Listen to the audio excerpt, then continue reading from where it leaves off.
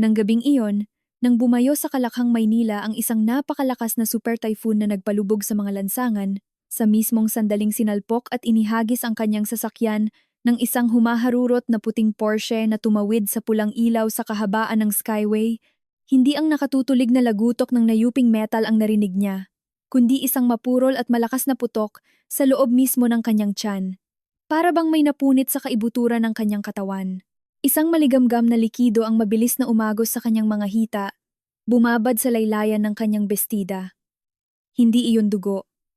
Pumutok ang kanyang panubigan, bumaon ng mariin ang seatbelt sa kanyang katawan, at ang manibela ay dumagan sa kanyang bilugang tiyan. Sumabog ang airbag at mabilis ding nahumpak. Ang puting pulbos niyon ay nagpaubo sa kanya ng 2 beses. Bawat ubo ay nagdulot ng humahapding sakit na tila humihila sa kanyang buong sinapupunan pababa. Kinailangan ni Elena ng 3 segundo upang mapagtantong buhay pa siya at 2 pang segundo upang matanto ang katotohanan. Manganganak na siya. 37 linggo maagang panganganak.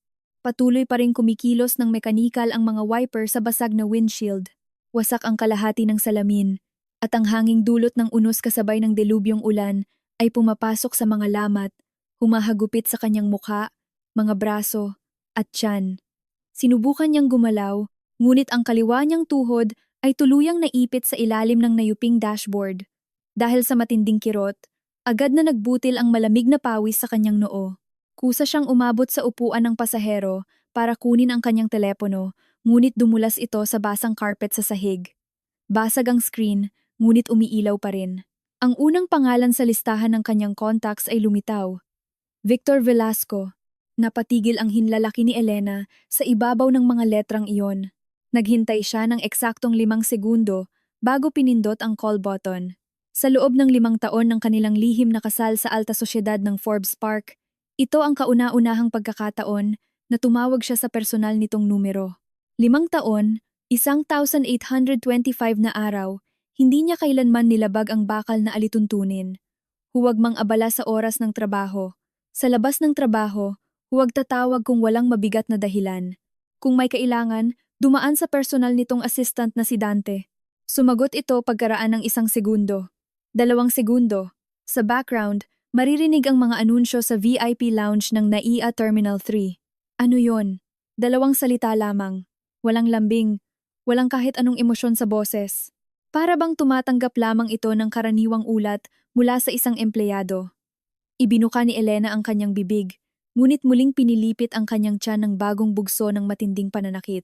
Nagngalit ang kanyang mga ngipin, pinipilit ang bawat salita mula sa nanunuyong lalamunan. Naaksidente ako, dito sa Skyway. Pumutok na ang panubigan ko. Natahimik ng 1 segundo ang kabilang linya. Pagkatapos ay nagsalita ito. Bahagyang mas mabilis, ngunit nananatiling walang bahid ng init o pag-aalala. Tumawag ka na ba sa 911? Tumawag na ako.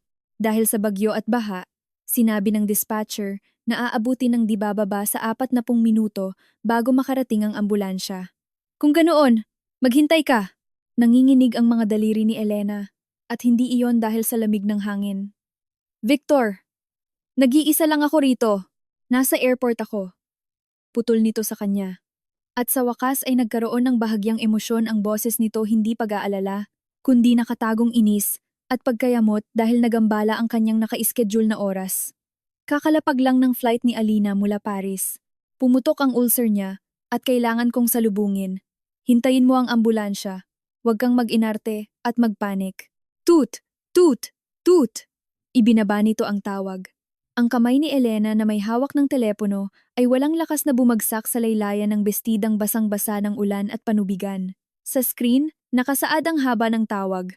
47 segundo.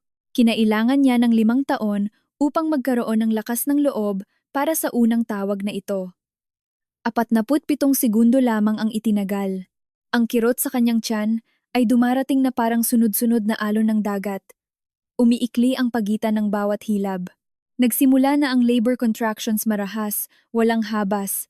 Para bang may pumipilipit at buong lakas na nagpipiga ng basang tuwalya sa loob ng kanyang katawan. Yumukod siya, idiniin ang noo sa manibela. Ang maligamgam na likido ay patuloy na umaagos sa kanyang mga binti hanggang sa kanyang sapatos. Ang ulan sa labas ay tila talon na bumubuhos. Wala nang maaninag sa paligid. Sa mismong sandaling iyon, bumukas ang pinto ng puting Porsche sa kanyang tapat. Mula roon, pasuray-suray na bumaba ang isang babae. Napakabata pa nito, nakasuot ng mamahaling beige cashmere coat. Ang mahaba nitong buhok ay basang-basa at nakadikit sa mukha. Kumalat ang makeup, ngunit hindi nito maitago ang marangyang ganda ng isang kilalang socialite. May kausap ito sa telepono. Sa basag na bintana, kitang-kita ni Elena ang panginginig ng babae habang nakadikit ang telepono sa tainga. Ang boses nito ay malambing, may tonong parang umiiyak, isang halo ng pagpapalambing at pagmamakaawa. Victor, nabangga ko yung kotse. Natatakot ako, ang lakas ng ulan at hangin. Mag-isa lang ako rito sa expressway. Pwede mo ba akong sunduin? Ang sakit-sakit ng tiyan ko, Victor. Ay, ang pangalang iyon, na parang tulis ng yelo, ay direktang bumaon sa puso ni Elena. Kilala niya ang babaeng ito, si Alina Mercado. Ang unang pag-ibig ni Victor noong mga estudyante pa sila sa Ateneo. 3 taon itong nanirahan sa ibang bansa para mag-aral ng fashion. Isang tanyag na fashion influencer na may milyon-milyong tagasunod, espesyal na panauhin sa taunang charity gala ng Velasco Holdings. Ang dalagang may maningning na ngiti na ang nakakuwadrong litrato ay nakapatong sa mismong desk ni Victor sa opisina nito. Kaibigan lang. Iyon ang sinabi nito sa kanya. Noong unang taon ng kanilang kasal, nang makita niya ang litrato sa opisina nito, minsan lamang siyang naglakas loob na magtanong. Hindi man lang nag-angat ng tingin si Victor mula sa mga dokumento. Ang tono nito ay parang nagsasaad lamang ng isang paktwal na bagay na hindi karapat-dapat pag-aksayahan ng laway, kaibigan. Umiiyak ba at tumatawag sa pangalan ng isang lalaki ang isang hamak na kaibigan sa gitna ng unos? May kakayahan bang tumawag ang isang kaibigan sa personal na numerong bawal tawagan kahit ng sarili nitong asawa? Dahil ba sa isang kaibigan ay handang burahin ng isang lalaki sa kanyang oras ang asawang pumuputok na ang panubigan at maglaan lamang dito ng 47 segundo? Hindi na alam ni Elena.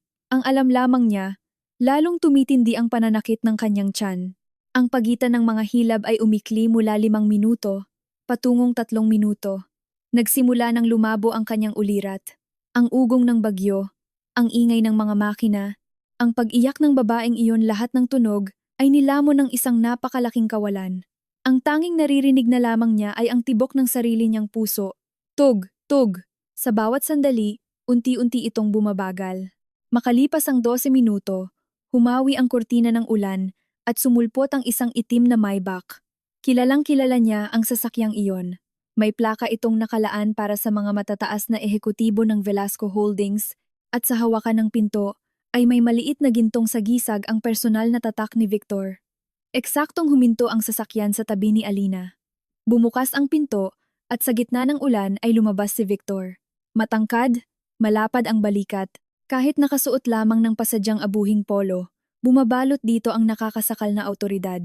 Walang bahid ng pagmamadali o taranta sa bawat hakbang nito. Agad na nakatuon ang paningin nito kay Alina. Nakita ni Elena kung paano tinahak ni Victor ang pagitan nila sa loob ng 2 hakbang. Nakita niya kung paano hinubad nito ang mamahaling itim na overcoat, kumislap ang gintong cufflinks sa ilalim ng headlights at ibinalot iyon sa nanginginig na mga balikat ni Alina. Sinabi ko naman sa'yo na magpadala ka ng driver. Dinig ang boses nito sa kabila ng ulan. Mababa, may bahagyang pagsisisi, ngunit sa dulo ng pangungusap ay may banayad na lambing na hindi maikakaila. Nagsiksik si Alina sa loob ng coat nito at itinaas ang mga matang basa ng luha. Patawad. Gusto ko kasing magmaneho mag-isa. Parang nabangga ko yung kabilang kotse. Sa wakas ay humiwalay ang tingin ni Victor kay Alina at dumapo sa pinangyarihan ng banggaan. Nakita nito ang sasakyan ni Elena. O sa mas tamang salita, nakita nito ang nayupi at halos mawasak na itim na Volvo XC60. Nakita nito ang basag na salamin, ang nayuping hood, ang pumutok na airbag. Ngunit ang tingin nito ay tumagal lamang ng wala pang 2 segundo bago muling bumalik kay Alina. Si Dante na ang bahalang mag-ayos niyan. Pumasok ka na sa kotse, nanginginig ka na. Nakatitig si Elena mula sa loob ng nayuping Volvo. Ang kaliwa niyang tuhod ay baon pa rin sa ilalim ng dashboard. Ang kanyang bestida ay basang-basa ng ulan at panubigan. Ang dating puting tela ay nagkaroon ng maputlang rosas na kulay ang pinaghalong dugo at amniotic fluid. Ang kanyang asawa ay nakatayo 12 metro lamang ang layo. Nakita nito ang kotse, ngunit hindi siya nito nakita. O sa halip, pinili nitong huwag siyang makita. Sa loob ng 5 taon ng kanilang pagsasama, hindi man lamang nito alam kung anong kotse ang kanyang ginagamit. Biglang naging napakatahimik sa paligid ni Elena. Isang kakaiba, ganap na katahimikan. Nawala ang lagaslas ng ulan, ang ugong ng makina, ang iyak ni Alina. Pati ang kirot ng panganganak ay tila natunaw sa malalim na kawalan. Ang tanging nakita niya na lamang ay ang pagkutitap ng mga pulang taillights ng Maybach, ang pag-atras nito, at ang paglaho ng sasakyan sa gitna ng unustangay si Alina. Ang mga ilaw na parang 2 patak ng maitim na dugo ay mabilis na nilamon ng kadiliman. Sumandal si Elena sa upuan at tiningnan ang kanyang tiyan. Dumating ang panibagong hilab, higit na marahas kaysa sa mga nauna. Bumabagting ang kanyang katawan, at ang kanyang mga kuko ay bumaon sa balat ng manibela hanggang sa dumugo. Hindi na niya napigilan at sumigaw siya ng buong lakas. Hindi dahil sa sakit, kundi dahil wala na siyang ibang magawa, kundi ang magpakawala ng ganoong sigaw. Pagkatapos ay kinuha niya ang teleponong basag ang screen. Hindi siya tumawag kay Victor at hindi rin sa 911. Pinindot niya ang numerong nasa pinakadulo ng kanyang phone book, isang numerong hindi niya tinawagan sa loob ng 5 taon. Hello? Isang matanda, ngunit napakalinaw na boses ng babae ang sumagot. Ang kanyang donya, ang kanyang lola. Ang boses ni Elena ay naging napakapantay na tila hindi nagmumula sa isang taong naghihirap sa panganganak. Ako po ito. Kailangan ko po ng tulong. Elena, apo, ikaw ba? Naaksidente po ako sa expressway. Pumutok na ang panubigan ko. Huminto siya. Nagngalit ang bagang habang tinitiis ang panibagong contraction at nagpatuloy. Matagal pa ang ambulansya dahil sa baha at bagyo. Pakikontak po si Professor Ivanov. Yung doktor na nag-opera sa puso ko noon sa Zurich. Magpadala po kayo ng private medical evacuation team. Ipadadala ko ang coordinates ko. Sige apo ko, kumapit ka. Aayusin agad ng lola. At isa pa po. Nanginginig ang boses ni Elena, ngunit bawat salita ay mariin at matalim. Pagkapanganak ko, aalis ako rito, habang buhay. Ihanda ninyo ang mga dokumento at bank accounts ko sa Europa. Natahimik ang kabilang linya. Makalipas ang 2 segundo, ang 82 taong gulang na matrona ay sumagot sa iisang salita. Sige. Ibinaba ni Elena ang tawag. Sa madilim na screen, nakita niya ang sariling refleksyon. Sugat sa noo, mukhang kasimpusyaw ng bangkay, mga labing duguan sa pagkakasugat ng sariling ngipin. Ang basang bestida ay nakadikit sa tiyang kumikirot bawat 2 minuto dahil sa matinding hilab.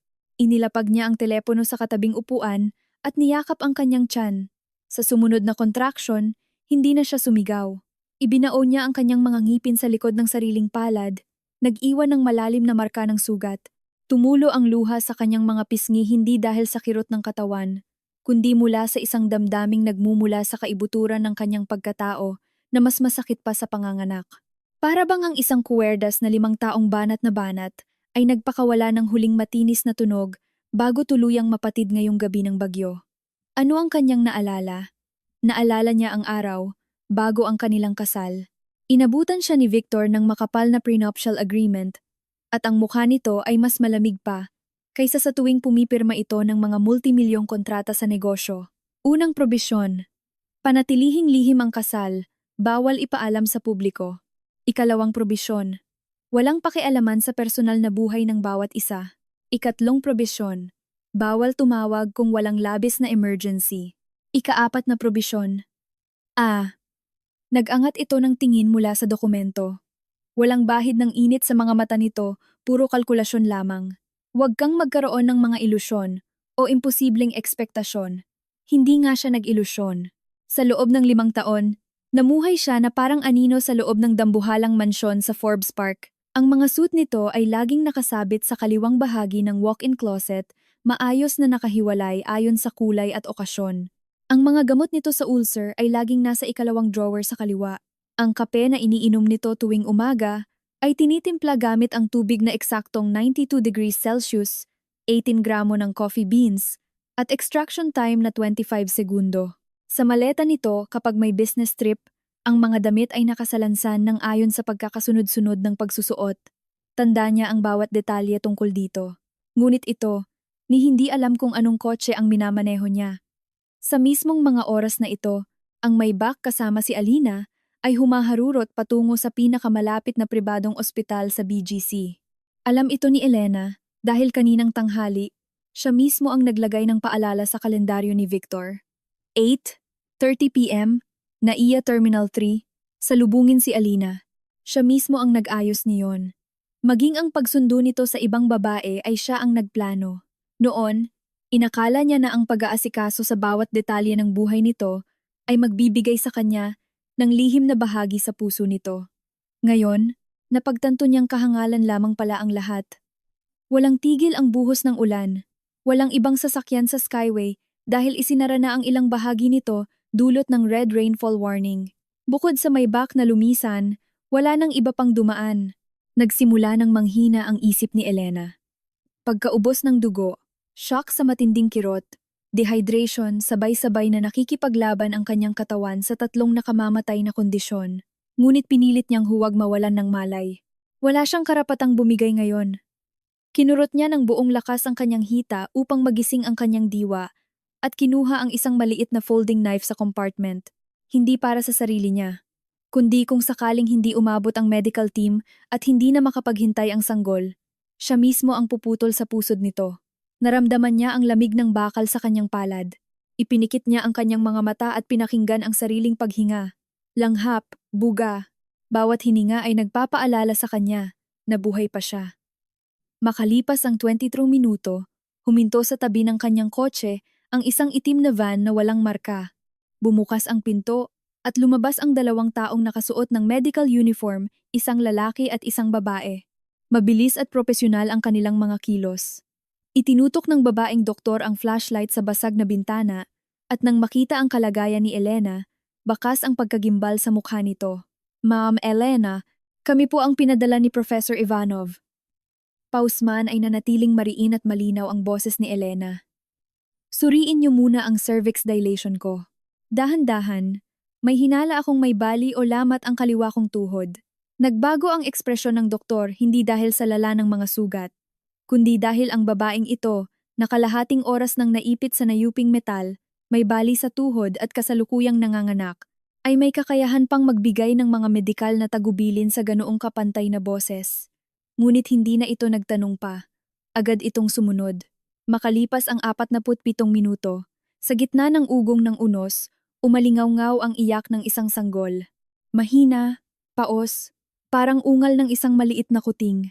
Isinilang ni Elena ang isang sanggol na lalaki sa likod ng sasakyan kung saan siya maingat na inilipat ng medical team. 27 linggo, wala pang 2.5 kilo ang timbang, kulubot at medyo nangingitim ang balat, ngunit buhay ito. Tinanggap ni Elena ang munting katawan na nakabalot sa thermal blanket. Nanginginig ang kanyang buong katawan. May tuyong dugo sa ilalim ng kanyang mga kuko. Matagal niyang tinitigan ang munting mukha nito at hindi siya umiyak. Inakala niya noon na sa sandaling ito ay iiyak siya. Sa mga gabing hindi siya makatulog habang hinihintay ang asawa, madalas niyang guni-gunihin ang panganganak, ang maliwanag na silid sa St. Luke's, ang pagbati ng mga doktor, at ang paghihintay ng asawa sa labas ng pinto. Ngunit ngayon, wala siyang nararamdamang kahit ano. Katulad ng kanyang nadurog na tuhod, kapag ang sakit ay umabot na sa sukdulan, tuluyan na itong naglalaho. Kapag labis na ang kirot, hindi na umiiyak ang tao. Pinaandar ng medic ang sasakyan. Ma'am Elena, dadalhin po namin kayo sa pinakamalapit na ospital sa Makati. Hindi, walang lokal na ospital.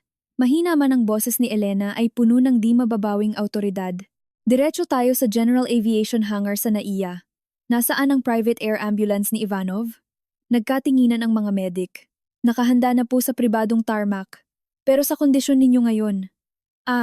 Mas alam ko ang kondisyon ko kaysa sa inyo. Mas hinigpitan ni Elena ang yakap sa sanggol. Umalis na tayo. Bumagtas ang sasakyan sa expressway. Walang tigil ang paghawi ng mga wiper sa salamin. Sumandal si Elena, mahigpit na yapos ang sanggol. Hindi na ito umiiyak, nakapulupot sa kumot, at ang munting kamao nito ay mahigpit na nakakapit sa laylayan ng kanyang bestida. Tiningnan niya ito. Sa labas, patuloy ang unos, tila guguho ang daigdig. Tumingala siya sa mga road signs na kanilang nadaraanan. Bawat karatula ay nagpapahiwatig na lumalayo na siya. Nililisan na niya ang lungsod na ito, ang mansyon sa Forbes Park. Nililisan na niya ang walk-in closet na may mga nakaayos na suit at ang umagang kape na may temperaturang 92 degrees. Nililisan na niya ang lalaking sa loob ng 5 taon ay hindi man lamang nag-abalang alamin kung anong kotse ang kanyang ginagamit. Aalis na tayo, bulong niya sa sanggol. Tanging ang hangin lamang sa loob ng van ang nakarinig. Sa pagkakataong ito, hindi na tayo babalik kailanman. Nang lumapag ang private medical jet sa paliparan ng Zurich, Switzerland, ang temperatura ng katawan ni Elena ay bumagsak na sa 34.8 degrees Celsius. Bumukas ang pinto ng eroplano at 2 Swiss medics na nakasuot ng asul na uniforme ang mabilis na umakyat dala ang stretcher. Nang makita ng babaeng doktor ang natuyong dugo sa kanyang bestida at ang sanggol sa thermal blanket, agad itong nagtanong sa wikang Ingles. Gaano na katagal mula ng manganak? 3 oras at 17 minuto. Paos ngunit eksaktong sagot ni Elena. Nailabas na ang inunan. Mahina ang kontraksyon ng matris. Tinatayang 600 milliliters ang nawalang dugo. Posibleng may hairline fracture sa kaliwang tuhod. Walang x-ray na naisagawa. Premature ang sanggol. 37 weeks. Wala pang 2.5 kilograms. Nagkaroon ng panandaliang asphyxia noong ipanganak, ngunit stable na ang paghinga ngayon. Natigilan ng doktor. Muli, hindi dahil sa bigat ng mga pinsala, kundi dahil ang pasyenteng ito na galing sa matinding aksidente, nawalan ng maraming dugo, at nanganak ng walang anestesya, ay nagawang ilatag ang kanyang medikal na datos ng may katumpakang matematikal. Ilipat sa stretcher, mabilis na utos ng doktor. Naghihintay sa ibaba ang team ni Professor Ivanov. Sandali, humigpit ang mga daliri ni Elena sa kumot ng sanggol. Mahinang umungol ang bata. Unahin ninyong suriin ang anak ko. Kaya kong lumakad mag-isa. Hindi niya kaya. Pagkatapak pa lamang ng kanyang kaliwang paa sa sahig, tuluyang nawalan ng suporta ang kanyang tuhod. Isang matalim na kirot ang gumuhit na parang kuryente. Natumba siya pasulong, ngunit maagap siyang nasalo ng medic bago pa bumagsak. Nagngalit ang mga ngipin ni Elena nang hindi naglalabas ng kahit anong daing. Tiningnan niya ang kanyang binti.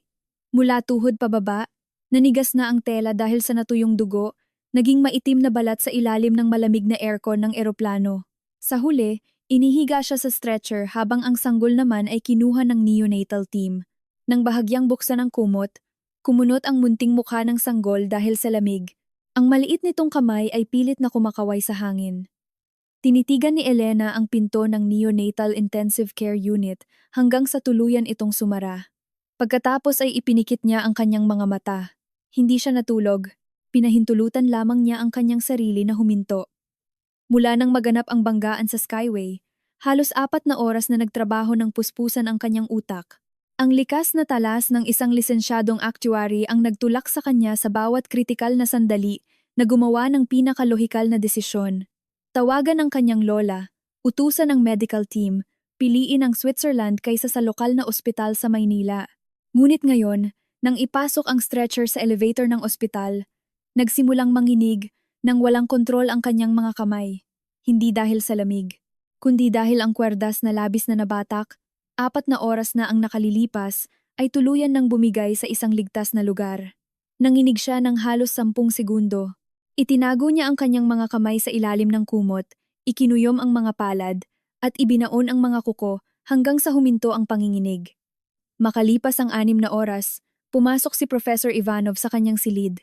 Medial collateral ligament tear sa kaliwang tuhod. May hairline fracture sa tibial plateau. Banayad nitong sabi habang tinitingnan ang x-ray plates. Ang magandang balita, hindi kailangan ng operasyon. Ang masamang balita, 6 na linggo kang bawal tumayo o maglagay ng bigat sa paang iyan. Tungkol naman sa iyong panganganak. Nag-angat ito ng tingin sa kanya. May mga palatandaan ng myocardial damage sa iyong puso at hindi ito nangyari ngayong gabi lang. Bunga ito ng matinding stress at kakulangan sa tulog sa loob ng maraming taon. Kailan ka huling nagpa-check up ng buo? Nakahiga si Elena sa kama. Nakabrace ang kaliwang binti. Sa ilalim ng ilaw, halos aninag na ang kapusyawan ng kanyang mukha. 3 taon. 3 taon siyang hindi nagpa-check up. at nagsimula ng bumigay ang kanyang puso.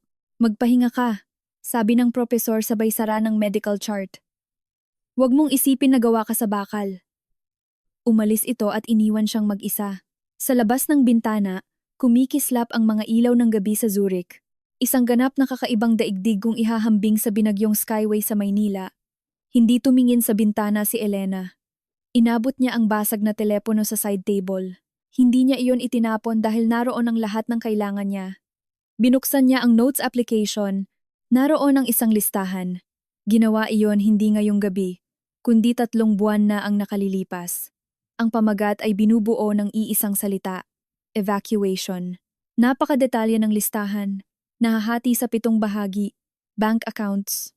Simutin ang laman ng 4 na Philippine peso and dollar accounts, ilipat ang pondo sa mga trust accounts sa Switzerland at Cayman Islands. Properties and vehicles. Walang nakapangalang ari-arian. Ang Volvo ay nakarehistro sa kumpanya, walang kailangang gawin. Social footprint. Burahin ang lahat ng social media accounts sa Pilipinas. Ipa-deactivate ang Philippine SIM card. Medical records. Makipag-ugnayan kay Professor Ivanov para sa pagproseso ng opisyal na certificate of death sa ibang bansa. Pinahihintulutan ito ng batas sa Switzerland sa ilalim ng mga partikular na kondisyon. Civil registry. Atasan ng abogado na asikasuhin ang pagpapatala ng foreign death certificate sa Philippine Embassy upang mabura ang rehistro sa Philippine Statistics Authority, PSA. Velasco Group Assets. Ilipat ang pamamahala ng offshore trust funds. Tapos na ang backup ng lahat ng data ng Family Foundation. Sanggol. Iparehistro ang kapanganakan sa Swiss Civil Registry lamang, walang ipapadalang record sa mga ahensya ng Pilipinas. 3 buwan na ang nakalilipas nang simulan niya ang planong ito. Hindi dahil sa aksidente ngayong gabi. Hindi dahil sa 47 na segundong tawag. Hindi dahil sa may back na dumaan at nag-iwan sa kanya, kundi dahil 3 buwan na ang nakalilipas. Sa personal na safe ni Victor sa Forbes Park, nakita niya ang isang dokumento ng pagpapalit ng beneficiary ng offshore trust fund. Sa patlang ng bagong beneficiary, nakasulat ang pangalan, Alina Mercado. Ang trust fund na iyon ay binuo ni Elena para kay Victor, 2 taon na ang nakalilipas. Ang istruktura, ang tax strategies lahat ng iyon ay likha ng kanyang sariling talino. Pagkabasa sa dokumento, maingat niya iyong ibinalik sa safe, isinara iyon, bumaba sa kusina, nag-init ng tubig sa 82 degrees Celsius, nagtimpla ng tsaa para dito, inilapag sa lamesa, at bumalik sa sariling silid. Binuksan niya ang kanyang laptop at ginawa ang note na iyon, evacuation. Naghintay lamang siya ng tamang panahon. Nais sana niyang hintaying makapanganak at matapos ang postpartum recovery. Ngunit si Victor mismo ang nagpabilis ng takbo ng panahon. Tinitigan ni Elena ang listahan habang dahan-dahang ini-scroll ang screen. Sa ika-4 na item, huminto siya, pagproseso ng certificate of death. Matagal niyang tinitigan ang linyang iyon. Ano nga ba ang kailangan upang ang isang buhay na tao ay maging patay ayon sa batas? Isang sertipikasyon mula sa isang ospital na may international accreditation, legalisasyon sa Embahada ng Pilipinas, at pagpasa ng ulat sa PSA upang ipawalang bisa ang lahat ng ID, pasaporte, at lisensya. Kung ang pasyente ay namatay dahil sa komplikasyon at pinatunayan iyon ng punong doktor, ang kamatayan ay magiging isang formal na katotohanan sa ilalim ng batas. At si Professor Ivanov ay personal na manggagamot ng kanyang donya sa loob ng 20 taon. Ibinaba ni Elena ang telepono at ipinikit ang kanyang mga mata. Hindi ang sarili ang iniisip niya, kundi ang sanggol sa incubator na ang mga kamao ay hindi pa aabot sa kalahati ng kanyang palad. Kung mananatili siyang buhay sa mga mata ng batas, hahanapin siya ni Victor. Hindi dahil sa pag-ibig, kundi dahil sa labis na pagnanais nitong magkontrol. Ang isang taong sanay sa ganap na kaayusan at kapangyarihan ay hindi papayag na ang isang piyesa sa kanyang chessboard ay umalis ng walang pahintulot. Gagamitin nito ang hukbo ng mga corporate lawyers, ang buong impluensya ng pamilya Velasco, at hahalukayin ang bawat sulok ng mundo upang ibalik siya. Hindi para sa kanya kundi para sa sariling imahe at kaayusan nito. Ngunit kung patay na siya, walang naghahanap sa patay. Hindi nagbabanta sa kaayusan ng iba ang isang bangkay. At ang isang patay ay hindi aagawan ng anak. Pinindot ni Elena ang intercom. Professor Ivanov, kailangan po nating mag-usap. Kinabukasan, sa VIP suite ng Zurich University Hospital, nakatayo ang propesor sa tabi ng kama, pinapaikot ang mamahaling pluma sa kanyang mga daliri. Mas madilim ang mukha nito kaysa kahapon. Sigurado ka ba rito, Elena? Wala nang atrasan kapag nilagdaan ko ito at dumaan sa konsulado. Buburahin ang pangalan mo sa lahat ng rehistro. Ang iyong Philippine passport, driver's license lahat ay mawawala ng bisa. Sa mata ng batas, maglalaho ka na parang bula. Alam ko po, ang bata ay ipaparehistro sa Swiss jurisdiction, sapat lang ng ama iwanang blanco. Inilapag ng propesor ang pluma sa mesa. Bahagyang nanginginig ang mga daliri nito. Alam ba ito ng lola mo? Ideya po niya ito. Nalukob ng katahimikan ang silid. Tiningnan ng propesor ang binti nitong nakabrace, ang maputlang mukha, at pagkatapos ay ang mga mata nitong payapang-payapa ngunit matatag. Sige, kinuha nito ang pluma, at sa huling pahina ng dokumento ay inilagay ang lagda. Sa sanhi ng kamatayan, ilalagay ko ang postpartum hemorrhage na pinalubha ng acute myocardial infarction. Tugmang-tugma ito sa tunay na pinsala sa iyong katawan. Walang sinumang magdududa. Salamat po. Huwag kang magpasalamat sa akin. Mabuhay ka. Iyon lamang ang tanging hiling ng lola mo. Kinuha ni Elena ang dokumento. Sa puting papel ay naroon ang pirma ng doktor at ang opisyal na selyo ng ospital. Tiningnan niya iyon ng 3 segundo bago maingat na itinago sa drawer. Kasunod nito ang mga hakbang na libu-libong beses na niyang binalangkas sa kanyang isip. Ang paglilipat ng pondo ay sinimulan na 3 buwan na ang nakararaan sa pamamagitan ng mga lehitimong offshore transfers na tig 5 milyong piso sa magkakaibang araw. Hindi iyon mapapansin ni Victor dahil ang pamamahala sa mga account na iyon ay laging nakaatang sa kanya. Ang pagbura ng digital accounts ay tumagal lamang ng ilang pindot. Wala naman talaga siyang pampublikong buhay. 5 taon ng lihim na kasal ang nagpanatili sa kanyang digital footprint na kasimpyuti ng blankong papel. Ang kanyang SIM card ay ipapaterminate ngayong araw. Ang tanging magtatagal ay ang consular authentication. Sa embahada humigit kumulang 7 hanggang 7 araw. 10 araw. Sa loob ng panahong iyon, walang mapapansin si Victor. Dahil sa mundo nito, matagal na naman talaga siyang hindi umiiral. Samantala, sa kabilang panig ng mundo, sa Maynila, kinaumagahan matapos ang pananalasa ng bagyo, nagising si Victor Velasco sa master bedroom ng kanilang mansyon sa Forbes Park. Tumunog ang alarm ng eksaktong 6:30 a.m. Gaya ng kanyang nakagawian araw-araw, nakapikit pa ang kanyang mga mata, nang iunat niya ang kanyang kamay patungo sa ikalawang drawer ng nightstand upang kunin ang kapsula ng omeprazole at inumin iyon kasama ang maligamgam na tubig. Ang baso ay laging nakapatong doon. Napasayad ang kanyang mga daliri sa kristal. Hindi tama ang bigat. Walang laman ang baso. Idinilat ni Victor ang kanyang mga mata. Tuyong-tuyo ang baso. Karaniwan, sa oras na ito ay may eksaktong 200 milliliters ng tubig na may temperaturang 37 degrees Celsius na naghihintay sa kanya. Ang tubig ay pinalalamig sa tamang temperatura magdamag. May malubha siyang ulcer. Sumasakit ang kanyang tiyan sa malamig na tubig, at ayaw naman niya ng mainit. Hindi niya iyon pinansin. Bumangon siya at pumasok sa banyo. Sa tabi ng lababo, naroon ang kanyang electric toothbrush. Ngunit sa tabi nito ay may bakanteng espasyo. Napatitig siya ng 1 segundo. Ano nga ba ang dating nakalagay doon? Hindi niya matandaan. Nagbago lamang ang ayos ng mga gamit sa kanyang paningin, na parang may kulang na aklat sa isang estante. Hindi kritikal, ngunit napapansin. Matapos mag-ayos, pumasok siya sa walk-in closet. Ang kaliwang bahagi ay para sa kanya. Ang mga mamahaling suit ay nakahanay ayon sa kulay. Dark gray, navy blue, itim. Ang pagitan ng bawat hanger ay eksaktong 3 daliri ang luwang. Inabot niya ang isang gray cashmere suit jacket at nang mahawakan niya iyon, napagtanto niyang walang nakakabit na nakapares na polo at kurbata sa loob nito. Sino nga ba ang pumipili niyon araw-araw? Sa kanyang isip, tila automatikong ginagawa iyon ng closet. Ngayon, hubad na hanger lamang ang sumalubong sa kanya.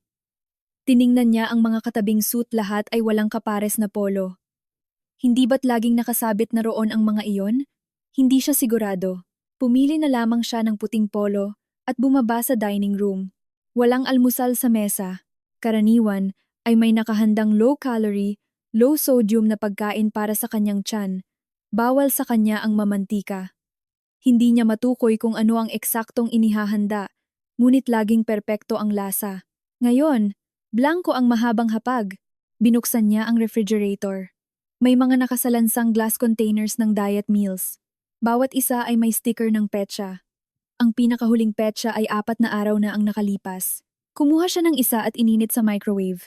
Maayos ang lasa, ngunit ang petsa, hindi bale na. Matapos kumain, kinuha niya ang kanyang briefcase at lumabas. Naghihintay ang driver sa tabi ng Maybach. Pagpasok niya sa likod, kusa siyang tumingin sa bulsa sa likod ng upuan sa harap.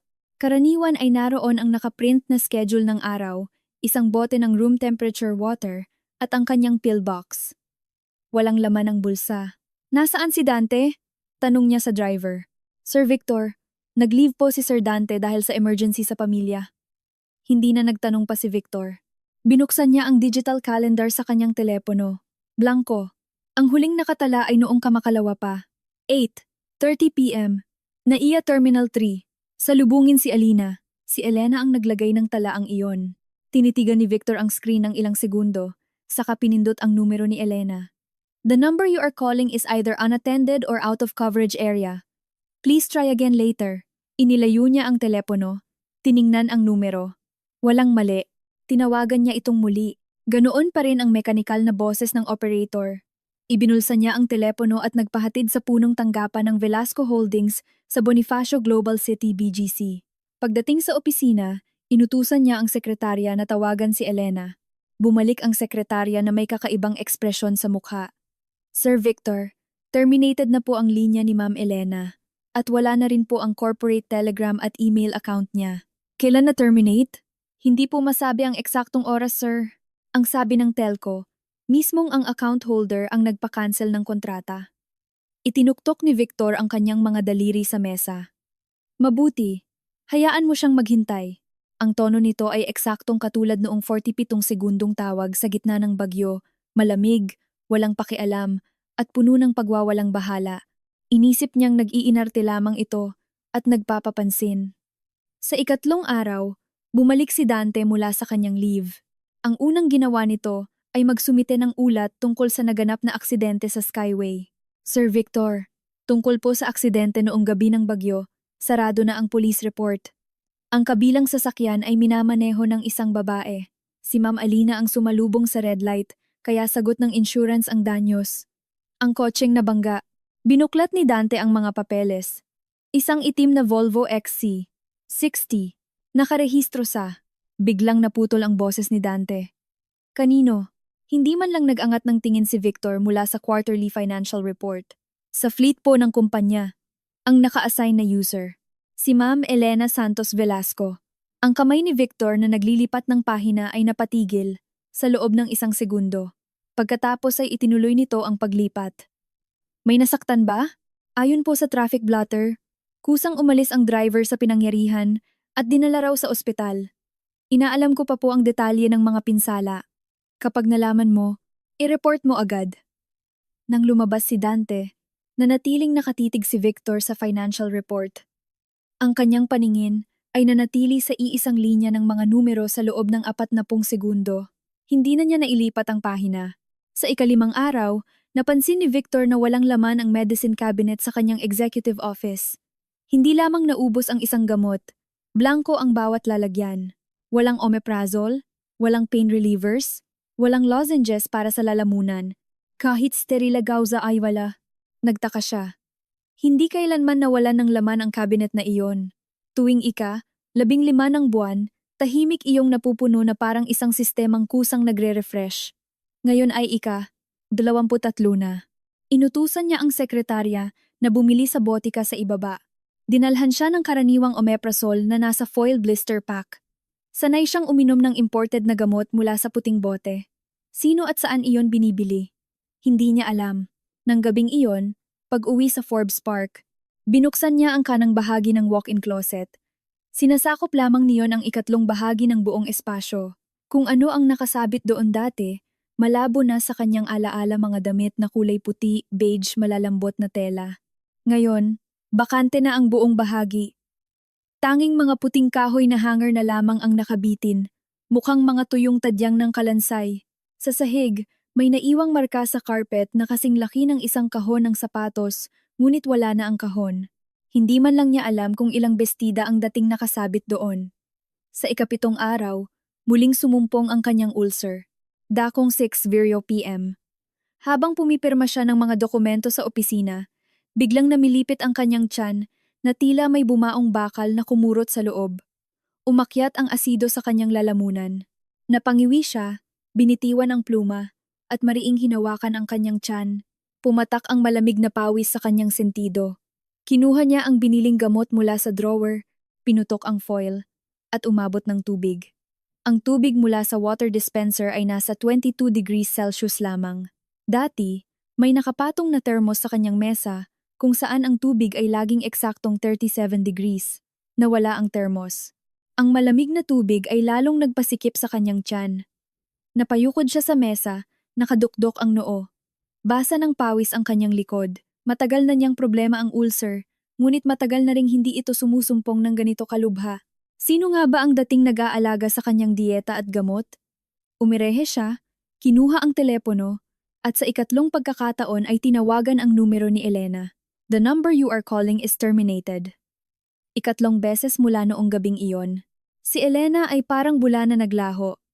Ang mga taong naglalayas ay karaniwang nagiiwan ng bakas, alam ng mga kaibigan, alam ng pamilya, aktibo ang mga credit card. Ngunit wala siyang iniwan.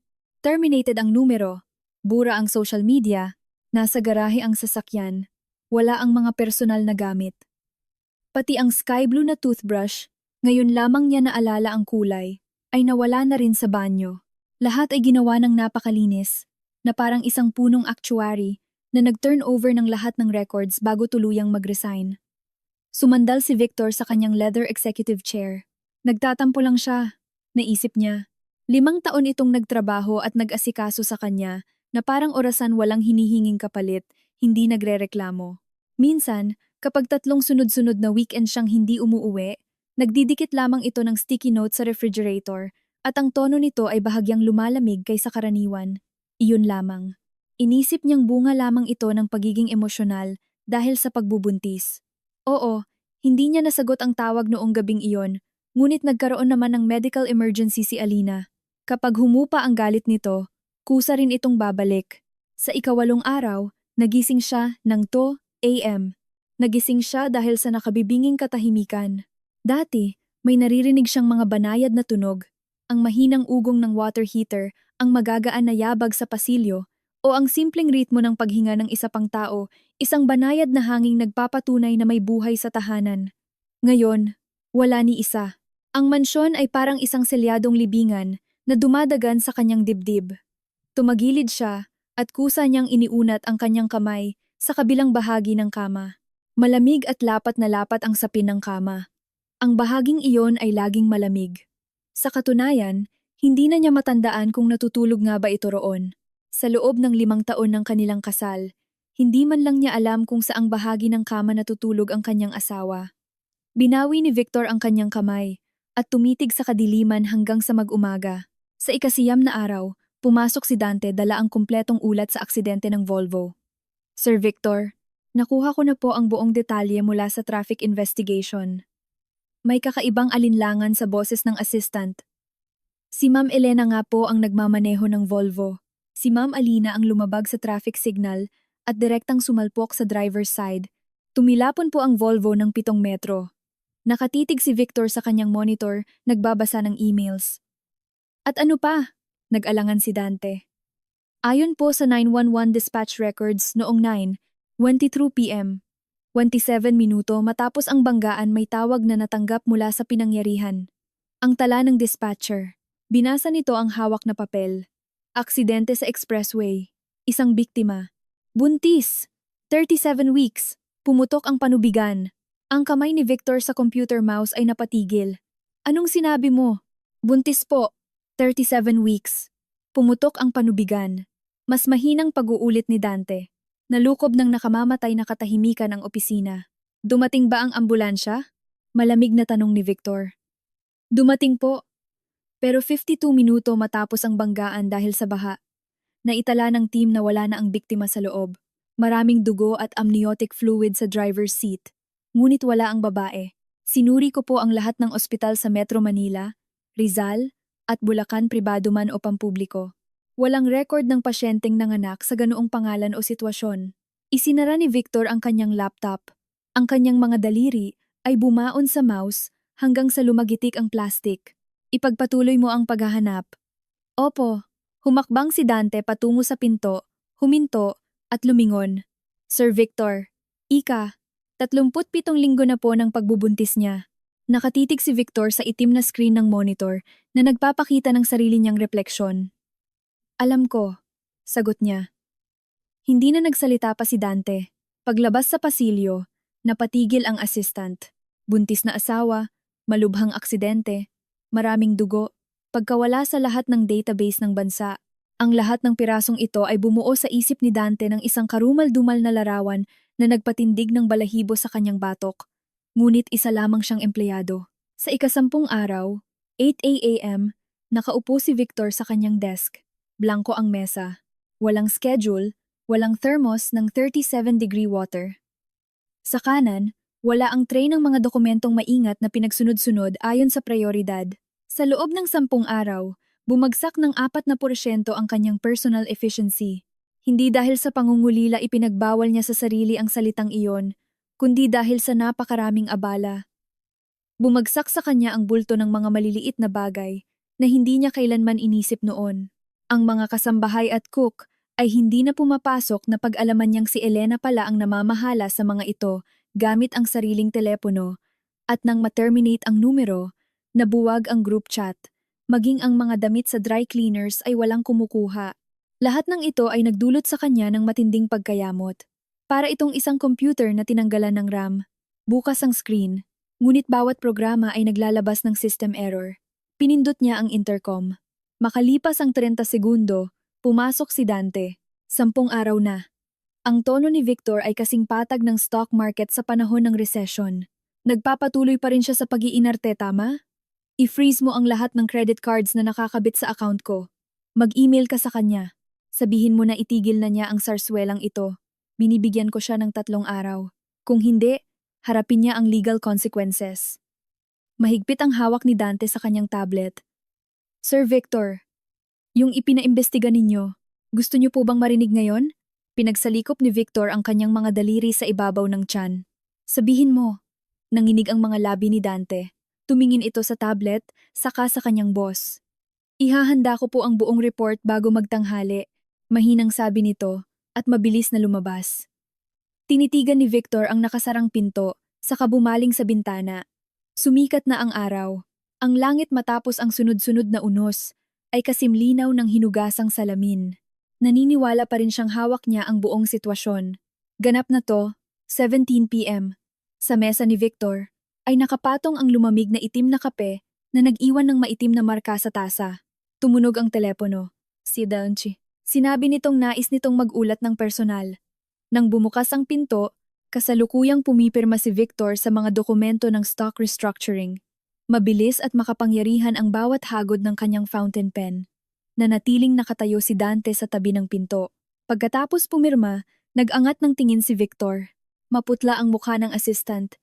Naninikip ang mga labi, at nanginginig ang mga kamay na may hawak na isang brown envelope. Na-freeze mo na ang mga card? Bungad ni Victor. Opo. Nagpadala rin ako ng email, ngunit nag-bounce back po, deleted na ang mailbox. Paos, at hindi natural ang boses ni Dante. Sumandal muli si Victor sa kanyang upuan. Kung ganoon, maghintay tayo. Pagkalipas ng 3 araw, ihanda ng legal team ang demanda. Hindi gumalaw si Dante. Humakbang ito palapit sa mesa. Inilapag ang envelope ng buong ingat na parang may pampasabog sa loob, at umatras. Ano ito? Inabot ni Victor ang envelope. Sir Victor! Halos pumiyok ang boses ni Dante bago mabilis na humupa. Magpakatatag po kayo. Napatigil ang kamay ni Victor. Tiningnan niya ang assistant. Sa loob ng 8 taon nitong paninilbihan, hindi kailanman nagsalita si Dante sa ganoong tono. Binuksan ni Victor ang envelope at inilabas ang laman. Unang pahina, may asul na consular seal ng Embahada ng Pilipinas sa ibabang kanang bahagi. Ang pamagat, Report of Death, Certificate of Death. Petsa ng pagpapawalang bisa ng rehistro 7 araw ng kasalukuyang buwan. Ang paningin ni Victor ay napako sa salitang Death, 2 pahina.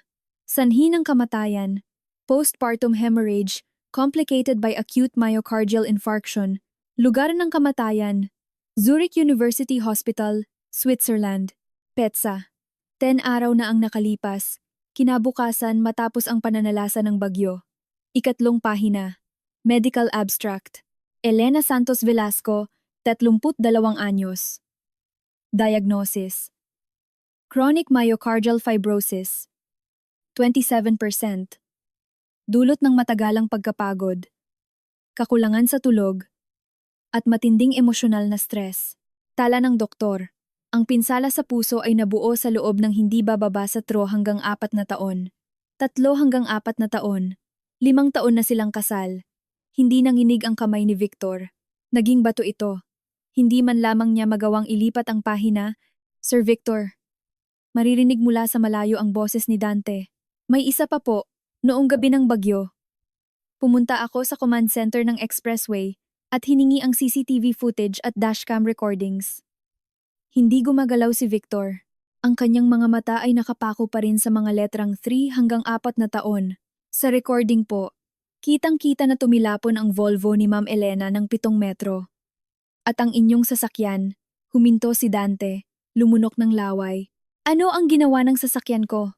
Dumating po ang sasakyan ninyo makalipas ang 12 minuto. Huminto kayo 11 metro ang layo mula sa kanyang Volvo. Nanatili kayo roon ng 40 segundo. At umalis kasama si Ma'am Alina. Ang dashcam ng Porsche ni Ma'am Alina ay nakunan ang loob ng Volvo. Naipit po si Ma'am Elena, ang kanyang bestida. Dodvay, punong-puno ng dugo at panubigan. Bumagsak ang nakabibinging katahimikan sa buong opisina. Nawala ang lahat ng ingay ng BGC at ng lungsod. Ang tanging natira ay ang lalaking nakaupo sa harap ng mamahaling walnut desk, hawak ang 3 piraso ng papel. Sir Victor! Biglang tumayo si Victor. Tumilapon ang executive chair sa likod. Nakatayo siya, hawak ang mga papeles. Walang bahid ng emosyon sa kanyang mukha, isang ganap na kawalan, na parang naghang na computer screen. At pagkatapos, marahas na kumirot ang kanyang tiyan, na tila may bumaong pait na pinaikot sa loob. Napayukod siya, nakasuhay ang isang kamay sa mesa. Nang sumugod si Dante upang alalayan siya, may maitim na dugong umagos mula sa bibig ni Victor. Pumatak ang dugo sa death certificate, kumalat sa puting papel. Ang sakit ng pagtama ng kanyang tuhod sa kanto ng mesa ay hindi nagpatahimik sa kanya, pumutok ang lahat ng kanyang kontrol. Buong lakas niyang hinawi ang lahat ng nasa ibabaw ng mesa. Ang tasa ng kape ay lumipad sa glass window at nawasak. Ang mga bulto ng kontrata ay sumabog sa sahig. Ang limitadong edisyon ng fountain pen ay gumulong, hinablot niya ito at buong lakas na ibinalibag. Nabali ang pluma sa dalawa, kumalat ang asul na tinta sa gray carpet. Sir Victor! Huminahon po kayo! Walang naririnig si Victor. Hinablot niya ang mamahaling Swiss desk clock, ang regalong ibinigay ni Elena sa kanyang kaarawan na hindi man lang niya tiningnan noon, at ibinalibag sa pader. Ang lagutok ng basag na salamin ay bumaon sa tainga. Kumalat ang mga tornilyo at gear sa sahig. Ang mga kristal na dekorasyon sa estante ay isa-isang bumagsak at nagkadurog-durog. Tawagan mo! Tawagan mo! Paos na sigaw niya. Ang boses ay parang nayuyuping bakal. Tawagan mo ang Switzerland. Ipa-verify mo. Imposible ito. Ang kanyang namumuting mga daliri ay bumaon sa gilid ng mesa. Hindi ako naniniwalang patay na siya. Siya. Muling sumumpong ang matinding kumbulsyon sa kanyang tiyan. Bumagsak siya sa kanyang mga tuhod, nakasubsob ang noo sa ibabang bahagi ng cabinet, panibagong bugso ng dugo ang sumirit mula sa kanyang bibig. Si Dante, na namumutla sa takot, ay sumubok siyang itayo, ngunit buong lakas siyang itinulak ni Victor. Huwag mo akong hawakan. Sa sumunod na sandali, naging napakahina ng boses nito. Buntis siya. 37 linggo. Dahan-dahan siyang dumausdos sa sahig. Sa ibabaw ng mamahaling imported carpet na puno ng bubog ng kristal, asul na tinta, at sarili niyang dugo. Hindi ko alam. Nakatayo si Dante 3 hakbang ang layo, hindi makalapit. Hindi pa niya nakitang ganito ang kanyang boss. Hindi ito simpleng galit o pagwawala. Ito ay ganap na pagkawasak, para bang bumagsak ang mga pangunahing haligi ng isang gusali at tanging hungkag na fasad na lamang ang natira ng gabing iyon. Nang nakatitig si Victor sa iisang tuldok sa sahig, hindi kumukurap. Nang gabing iyon, pumutok ang panubigan niya at nilampasan ko lang siya. Sinabi niya iyon ng pantay, walang luha. At ang kapanatagang iyon ay mas nakakakilabot kaysa sa anumang sigaw. Dahil ang kanyang mga kamay na nakapatong sa tuhod ay nanginginig na tila kinukuryente. Tumawag siya sa akin. Patuloy nito. Sinabi niyang naaksidente siya. Tinawag niya ako sa pangalan ko. Sa loob ng 5 taon ng kasal namin, hindi siya kailanman tumawag ng walang dahilan o tumawag sa akin sa pangalan ko. At ako, ibinaba ko ang telepono. Ipinikit niya ang kanyang mga mata. At pinuntahan ko si Alina. Dumating ako at nakita ko ang nayuping kotse. 11 metro ang layo. Pero hindi ko alam na siya iyon. Dante, tuluyang nabasag ang boses ni Victor. Sa loob ng 5 taon, hindi man lang ako nag-abalang alamin kung anong kotse ang minamaneho ng asawa ko. Hindi niya alam ang kotse. Hindi niya alam na manganganak na ito. Hindi niya alam na ang puso nito ay nawasak sa paglipas ng mga taon dahil sa paggawa ng isang perpektong buhay para sa kanya. Hindi niya alam kung sino ang nagtitimpla ng tubig sa 37 degrees at nag-aayos ng kanyang mga damit. Wala siyang alam. At ngayon, patay na ito. Pati ang kanyang anak. Lumabas ka? Bulong ni Victor habang nakayuko sa sahig. Pero sir, ang ulcer ninyo. Sumusuka kayo ng dugo. Lumabas ka. Umatras si Dante patungo sa pinto. Bago ito sumara, itinapon nito ang huling tingin kay Victor. Nakaupo ito sa gitna ng mga bubog at dugo. Ang sikat ng araw mula sa bintana ay nagbibigay liwanag sa mga mantsa ng kape at dugo sa polo nito. Patuloy sa panginginig ang mga kamay nito. Nang maiwang mag-isa, dinampot ni Victor mula sa sahig ang duguan at gusot na death certificate. Ang asul na selyo ay tila humihiwa sa kanyang mga mata. Sanhi. Kamatayan. Idiniin niya ang papel sa kanyang dibdib gamit ang 2 kamay. Buong lakas, na tila nais niyang ibaon iyon sa loob ng kanyang puso, sa ilalim ng kanyang mga tadyang. Ang kanyang mga balikat ay nanginginig sa piping paghagulgol, isang nakakasakal na paghihirap na parang huling hininga ng isang nalulunod. Naalala niya ang mga diet containers sa refrigerator. Naalala niya ang bakas ng tinanggal na toothbrush. Naalala niya ang nakabibinging katahimikan sa kwarto noong 2:00 ng madaling araw. Naalala niya kung paano niya ipina-freeze ang mga credit card ng isang bangkay. Sa pag-aakalang nag-iinarte lamang ito, dumulas ang papel mula sa kanyang mga kamay at bumagsak sa sahig. Nakaharap pa itaas ang salitang, death. Yumukod siya. Nakabaon ang noo sa kanyang mga tuhod. Sa ibabaw ng mesa, tumunog ang telepono. Hindi siya gumalaw. Huminto ang ring. At muling tumunog. Mekanikal na tumayo si Victor. Bumaon ang bubog sa kanyang tuhod. Ngunit hindi niya iyon naramdaman. Sa screen, lumitaw ang pangalan, Alina. Pinindot niya ang decline. Muling tumawag, decline. Sa ikatlong pagkakataon, tuluyan niyang pinatay ang telepono. Sa paglapag nito sa mesa, naramdaman ng kanyang mga daliri ang bakanteng espasyo kung saan dating nakapatong ang document tray na maingat na inaayos ni Elena. Matagal niyang tinitigan ang bahagyang gasgas sa barnis ng kahoy. Makalipas ang 20 minuto, bumalik si Dante. Nakatayo si Victor sa tabi ng bintana, nakatalikod sa pinto. Basa ng pawis ang likod ng kanyang polo. Alamin mo ang isang bagay. Mababa at mariin muli ang boses ni Victor, ngunit bawat salita ay may dalang matinding hirap. Paano napunta si Alina sa Skyway ng gabing iyon? Sinabi niyang galing siya sa airport. Ngunit ang rutang iyon ay hindi daan mula NAIA, papunta sa kondo niya sa BGC. Napatigil si Dante. At isa pa, lumingon si Victor. Napaatras si Dante sa takot. Malalim at maitim ang anino sa ilalim ng mga mata ng kanyang boss. Kumalat ang tuyong dugo sa baba nito. Punit ang butones sa leeg. At may mga pulang bakas ng sariling kuko sa leeg nito. Ngunit ang mga mata nito ay matalim at malinaw. Ang malupit na linaw ng isang taong nawasak ang lahat ng ilusyon. Gusto kong makuha ang kumpletong listahan ng lahat ng ginawa ni Elena sa bahay na ito at sa kumpanyang ito sa loob ng 5 taon hanggang sa kaliit-liitang detalye. Masusunod po. Makalipas ang 3 oras, inilapag ni Dante ang makapal na folder sa bakanteng mesa. Ang sagot po mula sa Zurich University Hospital. Panimula ni Dante. Kumpirmado po ang pagkamatay. Tunay ang consular authentication. Ayon po sa kahilingan ng kanyang lola, na-cremate na ang labi sa Switzerland. Hawak na ng pamilya ang abo. Mahigpit nilang ipinagbabawal ang anumang pakikipag-ugnayan sa labas. Ang sanggol, hindi rin nakaligtas. Hindi na naisalba matapos bawian ng buhay ang ina. Nalukob ng matagal na katahimikan ang silid. Ang mukha ni Victor ay parang basag na salamin na pinagdikit-dikit lamang ng pandikit, buo sa panlabas, ngunit bawat lamat ay sumasalamin sa liwanag. Dala mo ba ang listahan? Binuklat ni Dante ang folder. Ito po ang listahan ng mga gampanin ni Ma'am Elena. Maaaring kulang pa ito.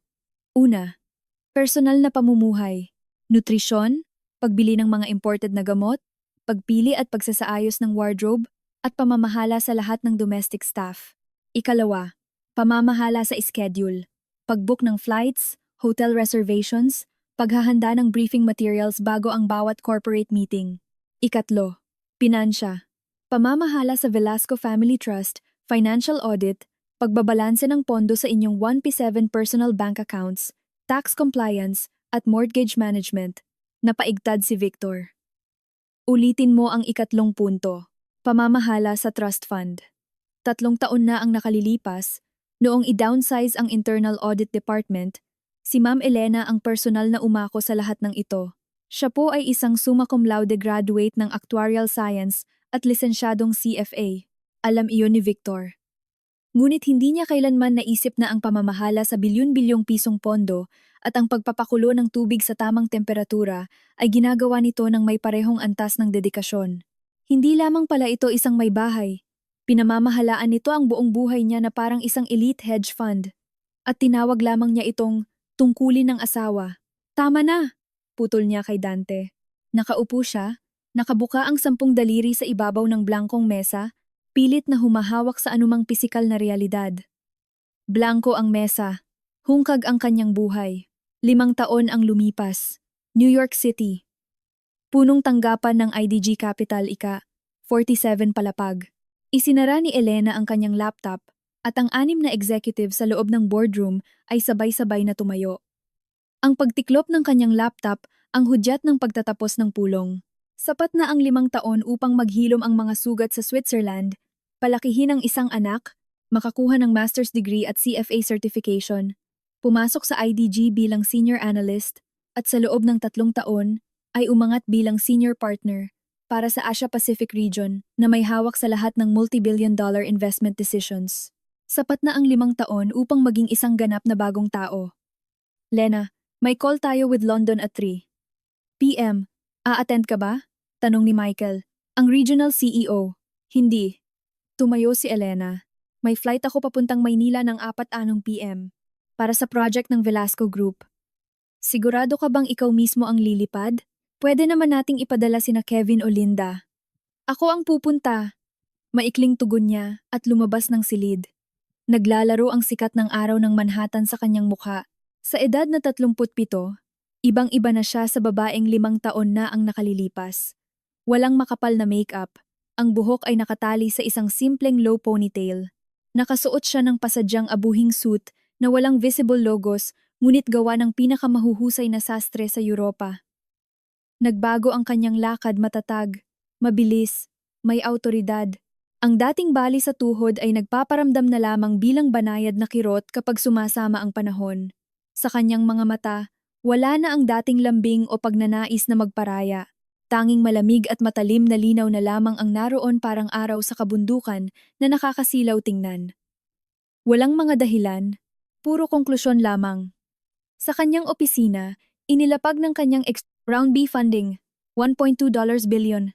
Representative, Chief Financial Officer Boris Roman.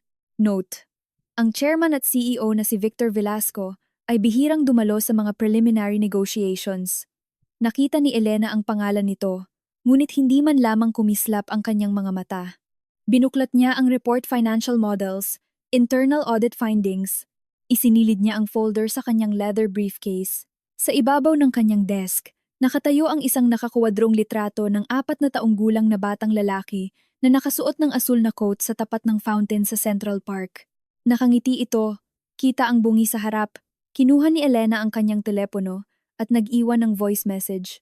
Sasha, aalis si Mommy para sa 3-day business trip sa Manila. Be good to Lola, okay? Makalipas ang ilang segundo, dumating ang sagot. Mommy, come home fast, I miss you.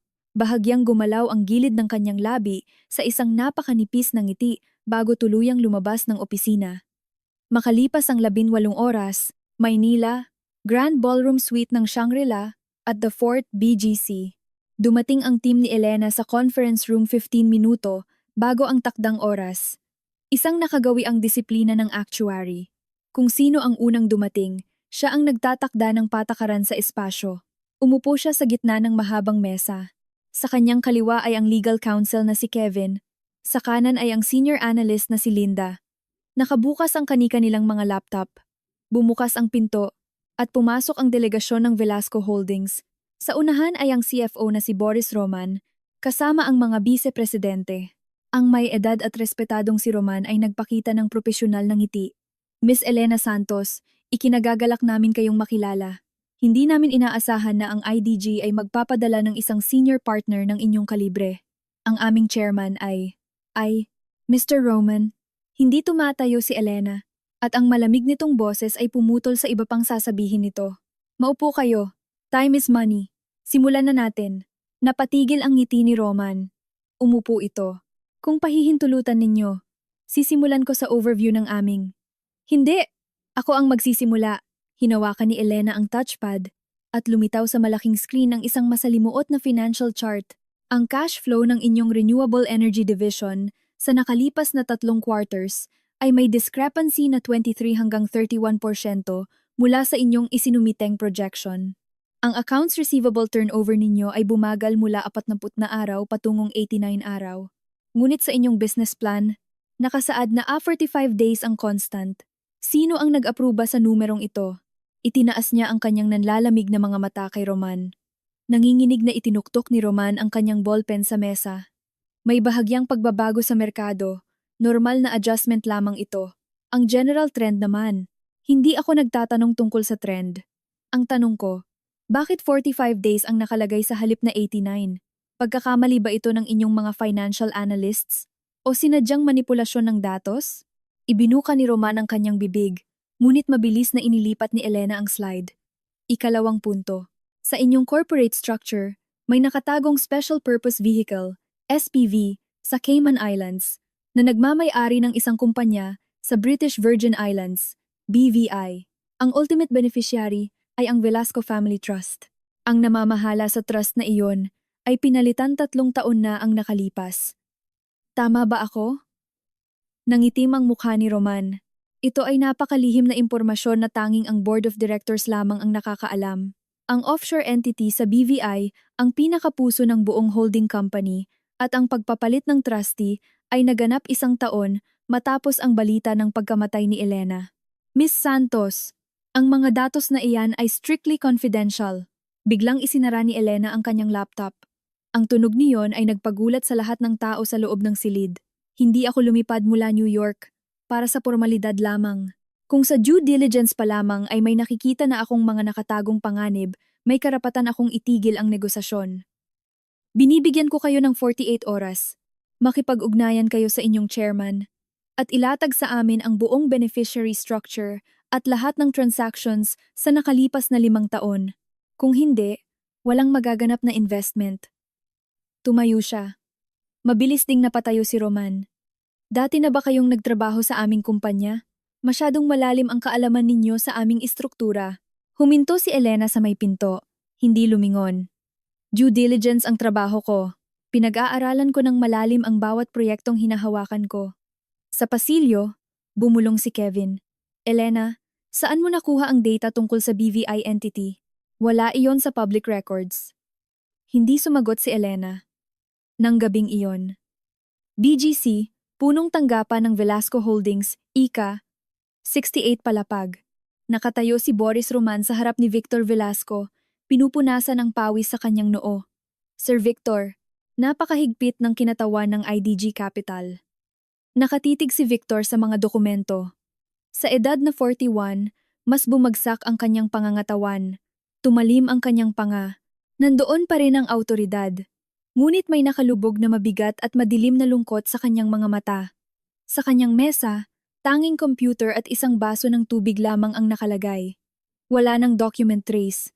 Ano ang problema? Ang regional director ng IDG. Elena. Huminto si Roman. Ang apelyido niya ay Santos. Napatigil ang kamay ni Victor na may hawak na pluma.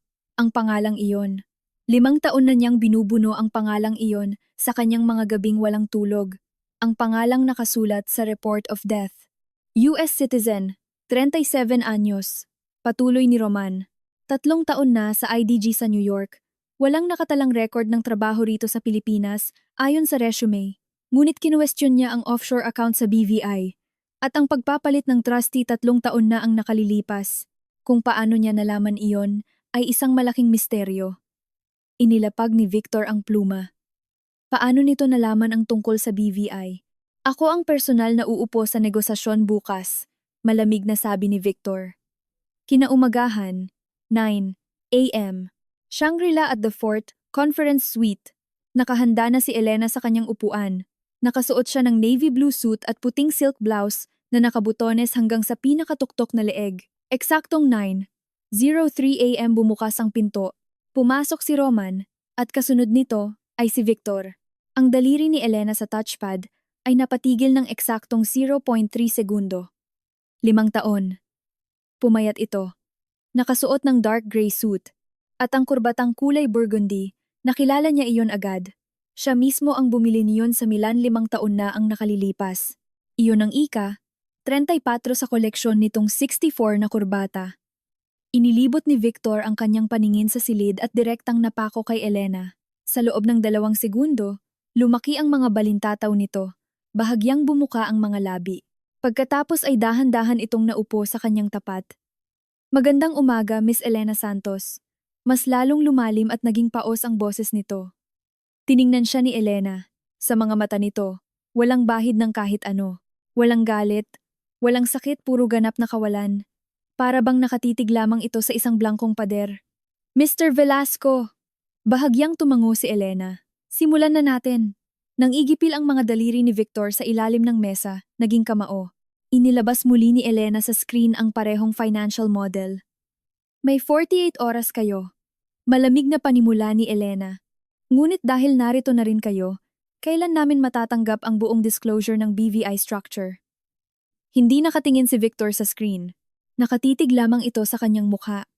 Ibibigay namin ang istruktura, ngunit ang ilang detalye ay may kinalaman sa aking pamilya. Nais ko sanang pag-usapan natin ito ng personal. Walang personal na usapan, mabilis at matalas na putol ni Elena. Narito ang aking legal counsel. Lahat ng komunikasyon ay dadaan sa opisyal na corporate channels. Yumukod si Victor pasulong. Ibinaba ang boses. Dati ka na bang nanirahan o nagtrabaho rito sa Pilipinas? Napatigil ang ballpen ni Kevin sa ere. Ang tanong ay walang kinalaman sa bilyon-bilyong pisong investment. Sinalubong ni Elena ang tingin nito, nang walang kukurap-kurap. Magpatuloy tayo sa agenda, sabi niya. Sa sumunod na 40 minuto, walang habas niyang binusisi at pinunit ang bawat kahinaan ng kanilang financial report. Halos hindi nakikinig si Victor sa mga numero. Nakatitig lamang ito kung paano nito binubuklat ang mga pahina, kung paano nito itinagilid ang ulo ng 15 degrees pakanan, eksaktong katulad ng ginagawa nito 5 taon na ang nakalilipas sa kanyang opisina sa Forbes Park. Sa pagtatapos ng pulong, isinara ni Elena ang kanyang laptop. Wala akong ilalabas na desisyon, hanggat hindi kumpleto ang mga hinihingi kong dokumento. Elena, may bahagyang panginginig sa boses ni Victor. Pwede ba tayong maghapunan mamaya? Pag-usapan natin ang terms ng deal. Huminto si Elena sa may pinto. Hindi maaari. Ipadala na lamang ng inyong opisina ang proposed terms sa aking assistant. Nang makababa sila sa lobby, nagtanong si Kevin. Ang kakaiba ng taong iyon. Nagkasama na ba kayo dati? Maliit ang mundo ng finance. Matipid na sagot niya habang sumasakay sa van. Sa loob ng sasakyan, binuksan ni Elena ang isang encrypted folder sa kanyang telepono. Naroon ang orihinal na architectural framework ng Velasco Family Trust na binuo niya 4 na taon na ang nakalilipas. At ang scanned copy ng dokumento kung saan ginawang beneficiary si Alina Mercado na may lagda ni Victor 5 taon at 3 buwan na ang nakararaan. Ang mga dokumentong ito ay sapat na upang pabagsakin ang stock value ng Velasco Holdings ng higit 200 bilyong piso sa loob lamang ng isang araw. Ngunit hindi siya nagmamadali. Ang mga actuary ay hindi kailanman nagpadalos-dalos. Nagpadala siya ng voice message kay Sasha. Anak, bukas ipapakita ko sa iyo sa video call ang ganda ng mga ilaw sa Maynila. Makalipas ang 3 araw. Grand Ballroom, taunang IDG Capital Gala Dinner. Nakatayo si Elena sa mezzanine balcony, hawak ang isang baso ng champagne na hindi man lamang nababawasan. Lumapit si Kevin mula sa likod. Dumating ang mga kinatawan ng Velasco Holdings, kasama ang chairman nila. Tapos na ang 48 oras, hindi sila nagpadala ng dokumento. Pumunta siya rito para makipagtawaran. Sagot niya. Sa sandaling iyon, pumasok si Victor sa bulwagan. Agad na nahanap ng paningin nito si Elena sa itaas. Nagkatitigan sila pinaghihiwalay ng isang palapag, ng 300 panauhin mula sa alta sosyedad, at ng 5 taon ng kamatayan. Ganap na 9 p.m., nagbigay ng talumpati si Elena sa entablado. 12 minuto ng matatalas na datos at market insights. Nakaupo si Victor sa ikatlong hanay. Nakatitig lamang sa kanya. Ang bahagyang tagilid ng ulo ng 15 degrees. Siya nga iyon. Nang bumaba si Elena, at unti-unting nabawasan ang mga taong nakikipagpalitan ng business cards, lumapit si Victor. Huminto ito 2 metro ang layo. Elena, tawag nito. Humarap siya, ang parehong walang emosyong mga mata. Ano po iyon, Mr. Velasco? Gumalaw ang lalamunan ni Victor. Ikaw yan. Alam kong ikaw yan. Hindi man lamang kumurap si Elena. Ako si Elena Santos, US citizen at senior partner ng IDG Capital. Kung may pagdududa kayo sa aking pagkakakilanlan, maaari kayong makipag-ugnayan sa aming legal department. Wala sa background mo ang Pilipinas. Binura mo ang lahat ng bakas mo. Naging paos at basag ang boses ni Victor. Pero ang mga nakagawian mo, hindi mo mabubura. Itinatagilid mo ang ulo mo ng 15 degrees. Hinahawakan mo ang baso gamit ang kaliwang kamay mo. Pero hindi ka agad umiinom. Isinasara mo ang butones ng damit mo hanggang sa pinakatuktok, at ang tungkol sa BVI Trust Structure ikaw lamang, ang tanging nakakaalam niyan. Bahagyang humigpit ang kaliwang kamay ni Elena sa tangkay ng baso. 1 milimetro lamang, napakagaling ng inyong obserbasyon, ngunit wala iyang pinatutunayan. Humakbang si Victor palapit. Ano ba ang gusto mo? Tawad? Paliwanag? Nananatiling kasinlamig ng yelo ang tono ni Elena. Ito ay isang corporate event. May pananagutan ako sa investment committee ng aking pondo. At kayo naman ay nangangailangan ng kapital. Walang kahit anong tayo na umiiral. Umatras siya ng eksaktong 1 hakbang. Biglang nawalan ng kontrol si Victor. Mabilis na sumugod ang kanang kamay nito at buong higpit na hinablot ang pulso ni Elena. Elena, nabasag ang boses nito na parang gumuguhong semento. 5 taon. Akala ko patay ka na. Pati ang anak ko. Namula ang mga mata nito. Ang kamay na nakahawak sa kanyang pulso ay nanginginig ng walang kontrol. Bumalik ka na. Hindi iyon utos. Iyon ay pagsusumamo ng isang taong nakatayo sa bingit ng bangin. Napatingin ang ilang prominenteng panauhin sa paligid. Ang kinatatakutang bilyonaryo na si Victor Velasco, namumula ang mga mata at nanginginig, ay nakahawak sa isang babae sa gitna ng publiko. Tiningnan ni Elena ang kamay nito sa kanyang pulso, saka nag-angat ng tingin sa mukha nito. May sumilip na malamig na awa sa kanyang mga mata. Mr. Velasco, mahinahon ngunit matalim niyang sabi, lumalagpas na kayo sa linya. Sa bokabularyo ng mga aktuaryo, mayroong isang mahalagang alituntunin. Ang mga utang na na-write off na sa zero ay hindi na maaaring singilin kailanman. Unti-unting bumuka ang mga daliri ni Victor para bang tinanggalan ito ng kuryente. Bumagsak ang kamay nito ng walang lakas. Inayos ni Elena ang manggas ng kanyang suit upang takpan ang mapulang bakas ng mga daliri nito at inilapag ang kanyang business card sa maliit na mesa sa tabi nito. Tapos na ang oras ninyo. Bukas, opisyal kong aabisuhan ang board na kanselado na ang deal dahil sa kabiguan ninyong magsumite ng material disclosures. Tumalikod siya at naglakad palayo. Nanatiling nakatayo si Victor mag-isa sa harap ng salamin. Ang kanyang kamay ay kusa nitong idiniin sa kanyang dibdib, sa tapat ng kanyang puso. Paglabas sa pasilyo, pumasok si Elena sa restroom. Binuksan niya ang malamig na tubig at itinapat doon ang kanyang pulso na may mapulang bakas. Kinuha niya ang kanyang telepono at binuksan ang file ang kumpletong dokumentasyon ng paglilipat ng pondo sa pangalan ni Alina Mercado. Paglabas niya, sinalubong siya ni Kevin. I-terminate mo na ang project, utos ni Elena. Bukas ipadala mo ang opisyal na rejection letter. I-book mo ako ng flight pabalik ng New York bukas ng hapon. Kaarawan ng anak ko sa susunod na linggo. Sa ikatlong araw, matapos ang gala dinner, dumating ang mga ahente ng National Bureau of Investigation, NBI, sa tapat ng marangyang kondominium ni Alina Mercado sa BGC. Nakasuot pa rin ito ng mamahaling beige coat. Lumagitik ang posas sa kanyang mga kamay. Alina Mercado, inaaresto ka sa ilalim ng warrant para sa mga kasong insurance fraud, falsification of public and medical documents, at reckless imprudence resulting in abandonment of a person in danger. Naging kasing puti ng yeso ang mukha ni Alina. Anong abandonment? Anong pinagsasabi ninyo? 5 taon na ang nakalilipas noong gabi ng bagyo sa Skyway. Sinalpok mo ang sasakyan ni Elena Santos Velasco, malamig na pahayag ng NBI Special Investigator. Naitala sa dashcam mo na nilapitan mo ang kanyang kotse. Nakita mo ang isang buntis na nagdurugo at nanganganak.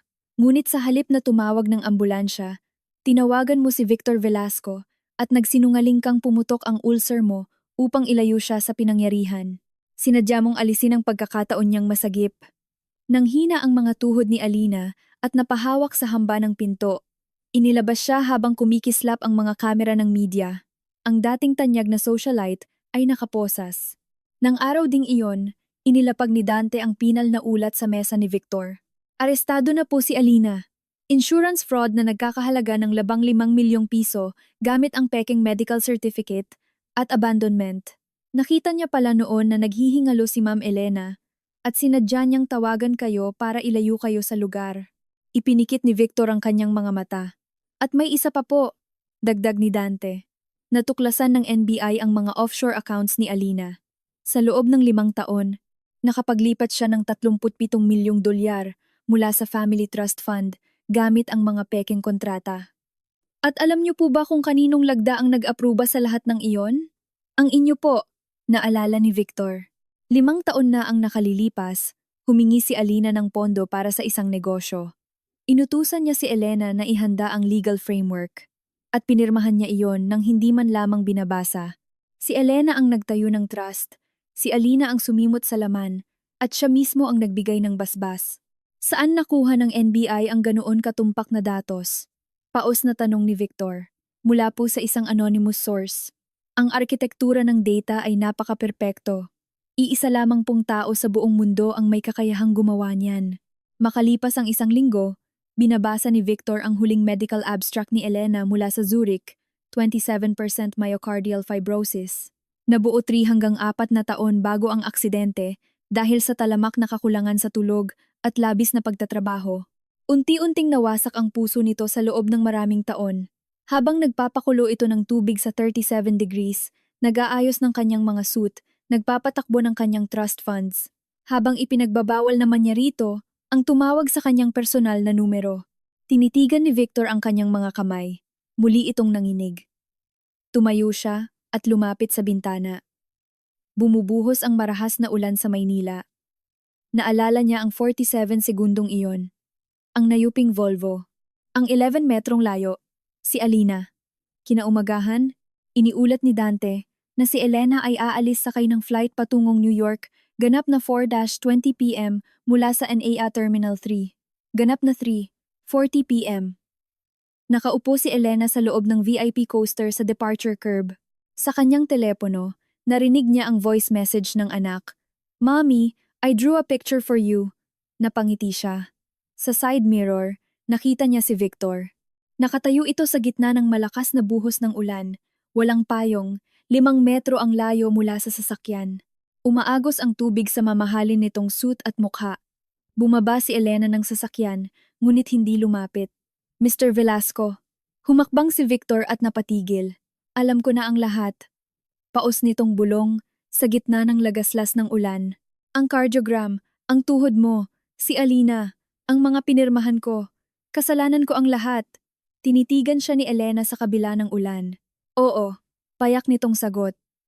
Biglang lumuhod si Victor sa mismong maruming tubig sa kalsada. Ang lahat ng kanyang dating kayabangan at kapangyarihan ay tuluyang nadurog sa putikan. Elena, bigyan mo ako ng kahit isang pagkakataon lang.